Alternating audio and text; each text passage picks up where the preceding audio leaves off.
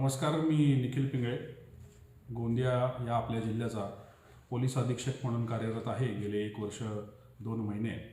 आणि आपल्या सगळ्यांना कल्पना आहे की गेले 2 दिवस आपल्या जिल्ह्यामध्ये तसेच उर्वरित महाराष्ट्र आणि देशामध्ये वाहन चालकांचा संप पुकारलेला आहे आणि त्यामुळं वाहन चालकांसोबतच इतर सामान्य नागरिकांना सुद्धा त्याच्या सगळ्या झळा बसत आहेत. जो विषय आहे की ज्या विषयासाठी आपण हा संप करत आहोत किंवा हे आंदोलन करत आहोत, तर तो विषय मला वाटतं समजून घेणं आवश्यक आहे.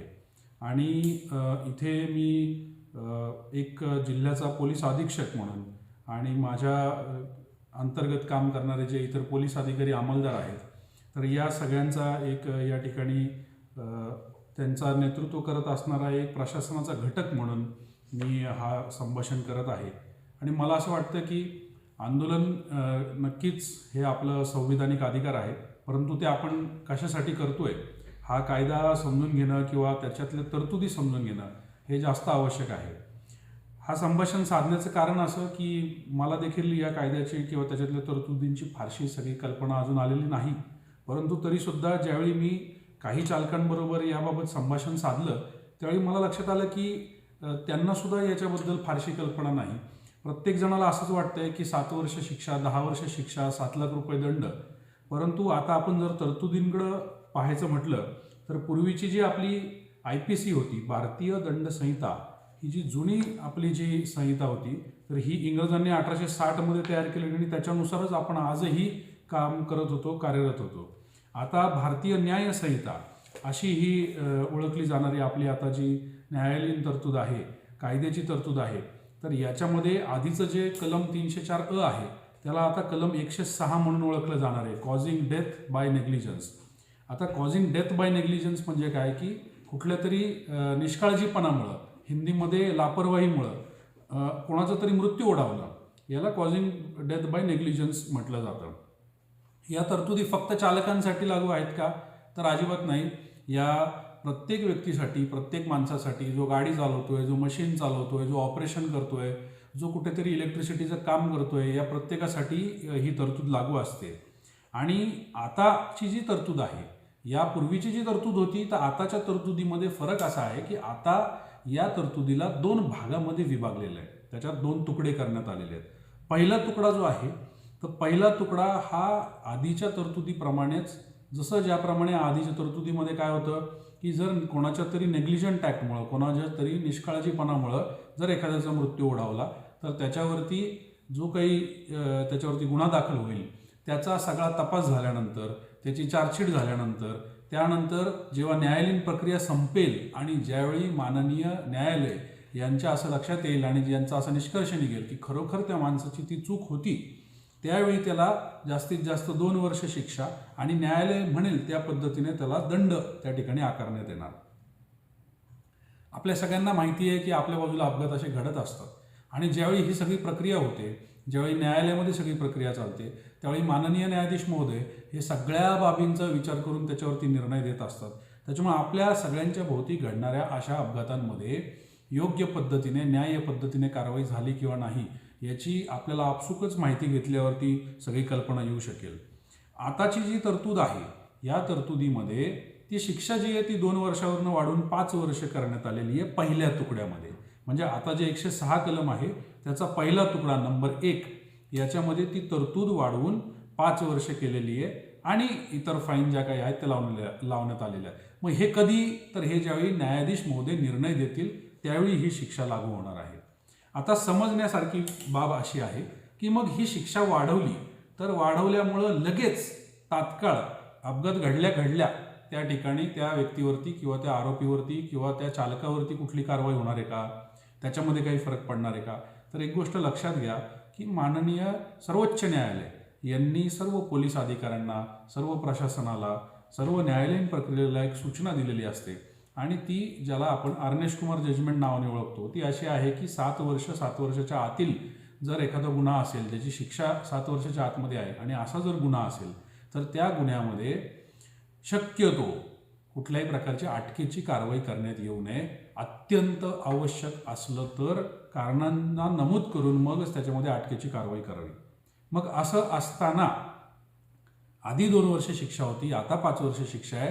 तर आधीची तरतूद आणि आताची ही तरतूद शिक्षेची ही त्याच पद्धतीची आहे. म्हणजे पोलीस जर तुम्हाला आधी अटक करत नव्हते, जर त्या सेम परिस्थितीसाठी, त्याच प्रकारच्या परिस्थितीसाठी जर आधी अटक करत नव्हते, तर कदाचित आताही अटक करणार नाही.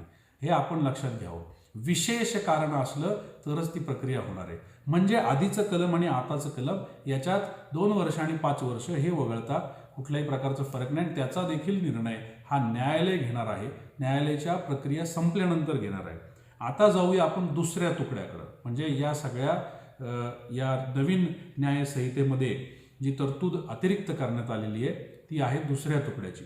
आता दुसरा तुकडा काय म्हणतो त्याच्यातला नंबर 2 भाग 2 106चा, की जर एखादा अपघात झाल्यानंतर त्या ठिकाणी जर तो जो चालक आहे तो चालक निष्काळजीपणे चालवून त्याने अपघात केला आणि त्याच्यामध्ये कोणाचा मृत्यू झाला वगैरे वगैरे वगैरे, आणि त्या ठिकाणावरनं तो कोणालाही कल्पना न देता पळून गेला, फरार झाला, पसार झाला, तर त्याला हा दुसरा भाग लागू असणार आहे.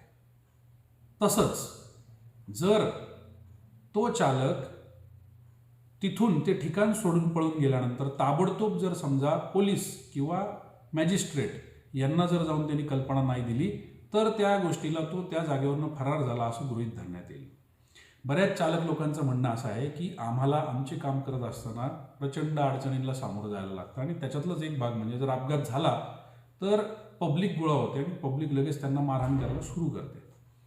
त्याच्यामध्ये कधी कधी ट्रक जाळले जातात, कधी कधी त्याच्यामध्ये एखाद्या चालकाचा पब्लिकच्या मारहाणीमध्ये मृत्यू पण होऊ शकतो आणि त्यावेळी सगळ्या चालकांना त्या ठिकाणावरनं पलायन करायला लागतं, पसार व्हायला लागतं.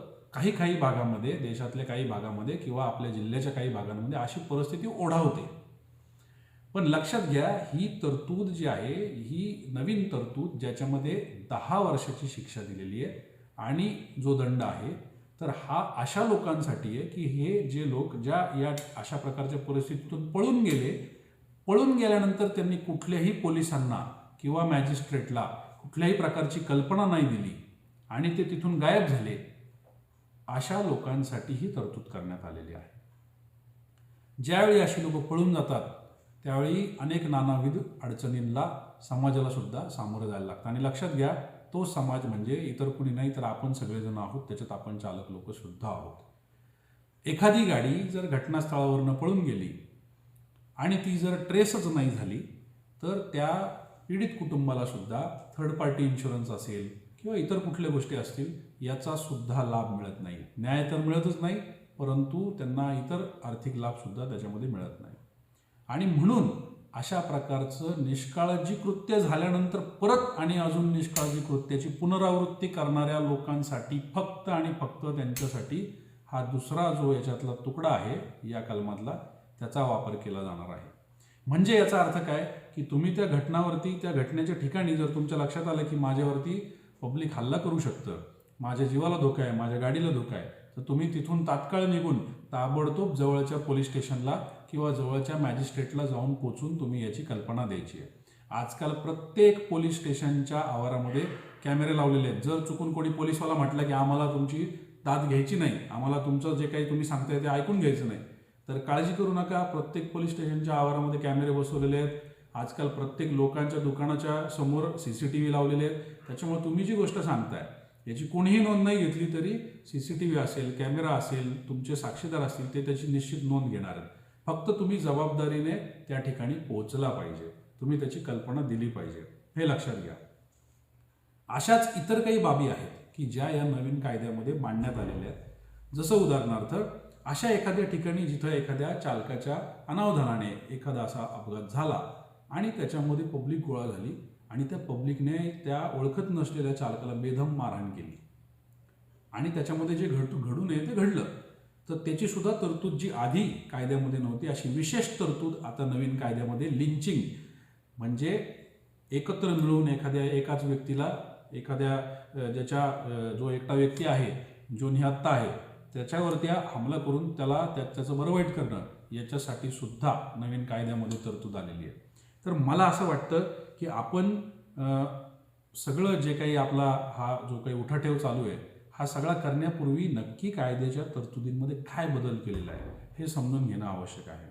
मग जे लोक जबाबदारीने वागणार नाहीत, तर अशा लोकांना ज्यावेळी म्हणजे जे लोक पोलीस स्टेशनलाही जाऊन कळवणार नाहीत, जे लोक मॅजिस्ट्रेटकडे जाऊन कळवणार नाहीत, आणि मग ज्यांचा शोध एखाद्या CCTVच्या माध्यमातून किंवा एखाद्या साक्षीदाराने नंबर प्लेट पाहिलेली असते त्याच्या माध्यमातून ज्यावेळी तो निदर्शनास येणार, त्यावेळी त्याच्यावरती 10 वर्ष शिक्षा आणि इतर फाईन याच्यासाठी त्याच्यावरती खटला चालवला जाणार. त्याला कदाचित त्याच्यामध्ये अरेस्ट व्हावं लागू शकतं, इतर बाबी त्या सगळ्या होऊ शकतात.